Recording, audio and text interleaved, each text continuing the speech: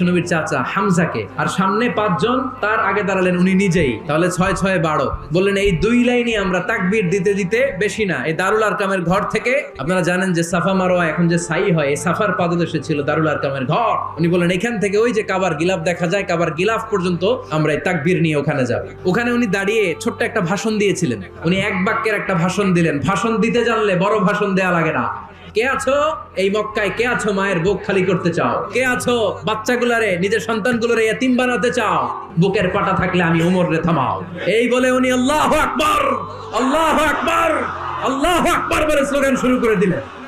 এক এক স্লোগানে মক্কার মরুজমিন থারথার করে কাঁপতে আরম্ভ করলো। এই মিছিল মক্কার কেউ দেয় নাই। মিছিলের আওয়াজ শুনে আবু জাহেল বাইরিস, উতবা বাইরিস, শাইবা, ওয়ালিদ ইবনে মুগিরা সব বের হয়েছে। কিরে, আমার এলাকায় এত বড় স্লোগান, কার এত সাহস? বের হয়ে দেখে মিছিলের সামনে ওমর। ওমর রে দেখে দিছে এক দৌড়, কারণ ওমরে ফারুককে থামানোর মতো বাপের বেটা মক্কায় দ্বিতীয়টা কেউ